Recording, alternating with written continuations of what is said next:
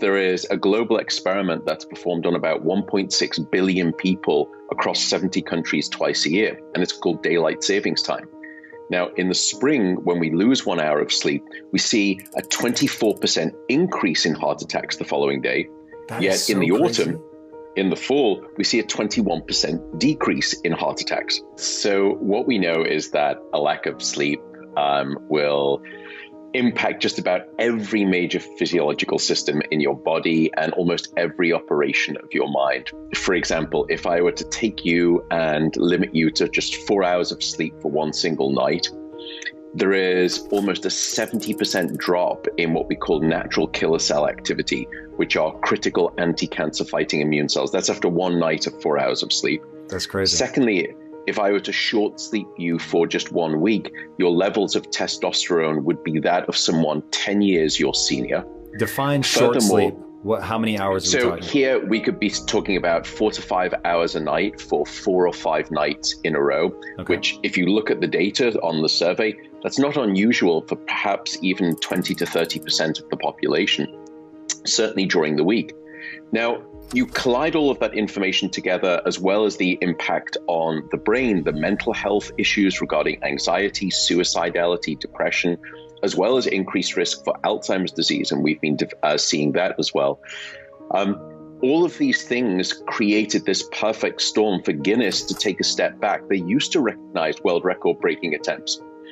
And to put this in context, several years ago, a remarkable individual, I think his name was Felix Baumgartner, an Austrian, with Red Bull, he went up in a space capsule. He went to the outer edges of our atmosphere, of our planet. He opened the door, and then in a spacesuit, he jumped out.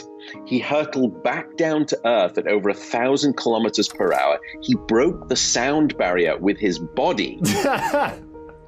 And Guinness says, that's just fine. However, sleep deprivation attempts no longer, because they are that much more concerning to your mental, your physical, and your cognitive health. I have 2 sleeping problems. One is that there are times where I will get either really stressed or I'll get really excited. And I have a very easy time falling asleep, but then I'll wake up after 3 or 4 hours and I find it very difficult to fall back asleep. And then the second part, just so I don't forget, is sleep inertia in the morning. But what can I do to optimize for staying asleep? Yeah, so there it's a case of trying to deal with that, sort of downgrade the activation of the nervous system. The reason that people typically wake up in the middle of the night and can't get back to sleep, not always, but often, is because they have this sort of stress relief, they're carrying this anxiety. And anxiety biologically is the principal mechanism that we think underlies most insomnia. And what happens in part is that the fight or flight branch of the nervous system becomes overactive. And that's exactly the opposite. Why does it shut down? Like, I find it so easy to fall asleep, but I can tell on the nights where I'm going to wake up. Yep. It just seems weird that it dips, but then my subconscious mind kicks it back alive. Yeah, why would it be that way? And the reason is because after about 16 hours of wakefulness, you've built up a lot of that healthy sleepiness, what we call sleep pressure. And the longer that you're awake, the more of that sleep pressure builds up.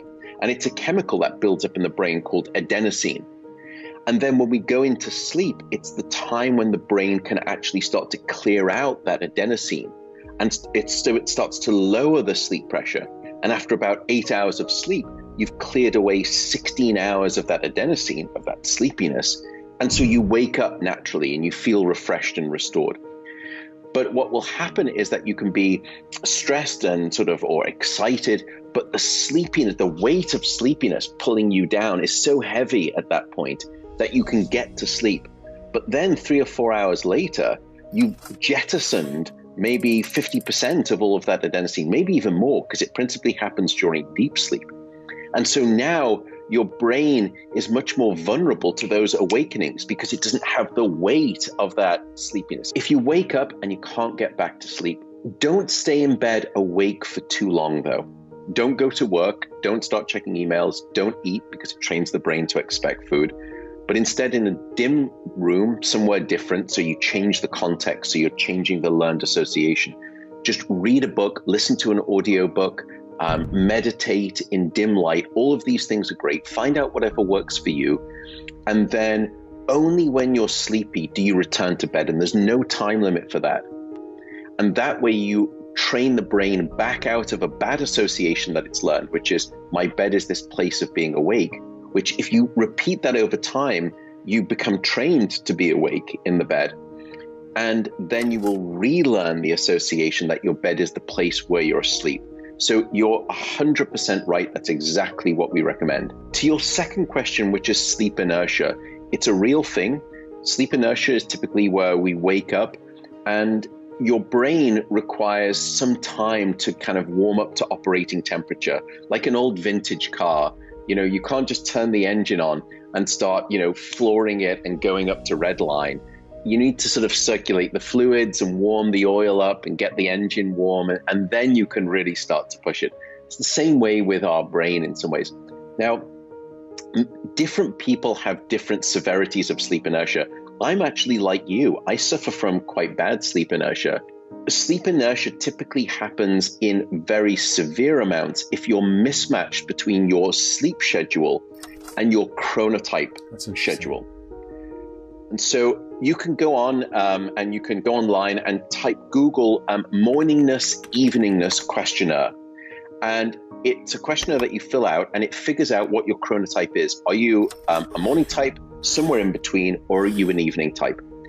And what we find is that morning types, when they wake up in the morning at their normal time, which is very early, they don't have sleep inertia. They're good to go. They can jump into the gym and they're like Energizer bunnies and they're all happy and, joyful. And to me, I'm just like,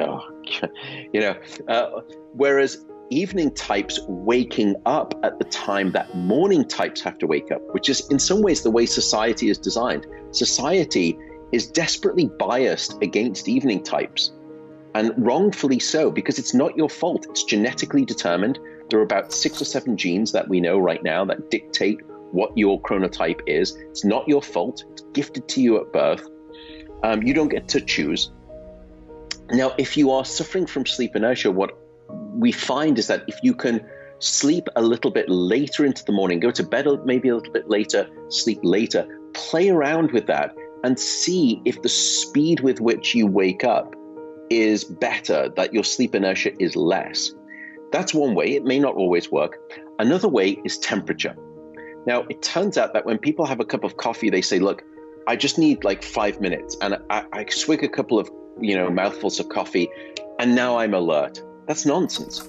Caffeine doesn't actually get into your system until about 12 to 15 minutes. So if you're feeling any effects of caffeine before that, it's not the caffeine.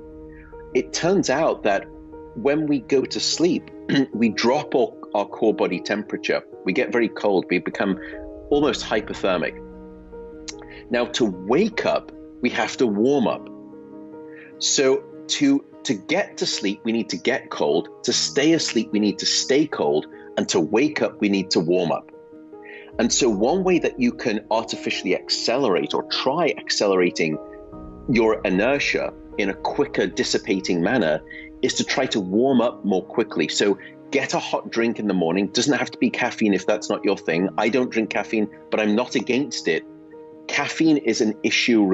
It's not really the dose that makes the poison. It's the timing that makes the poison when it comes to sleep and caffeine, which we can come on to. But drink a hot drink, get your body temperature up. If you like, if you've got a smart thermostat, program it to start to rise temperature in your bedroom or in the house in the last hour before your alarm. And it can really start to help you wake up.